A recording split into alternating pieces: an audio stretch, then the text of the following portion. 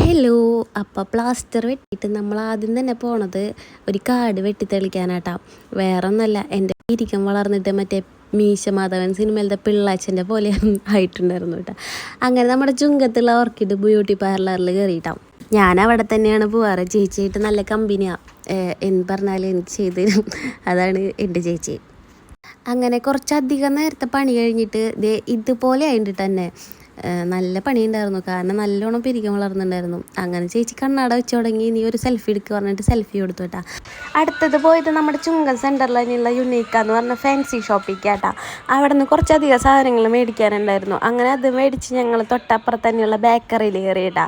ഞാനൊരു ഷേക്കും ഒരു കട്ട്ലൈറ്റും ചേട്ടൻ ഒരു പപ്സും ഒരു ലൈമും ആട്ടാണ് കഴിച്ചത്.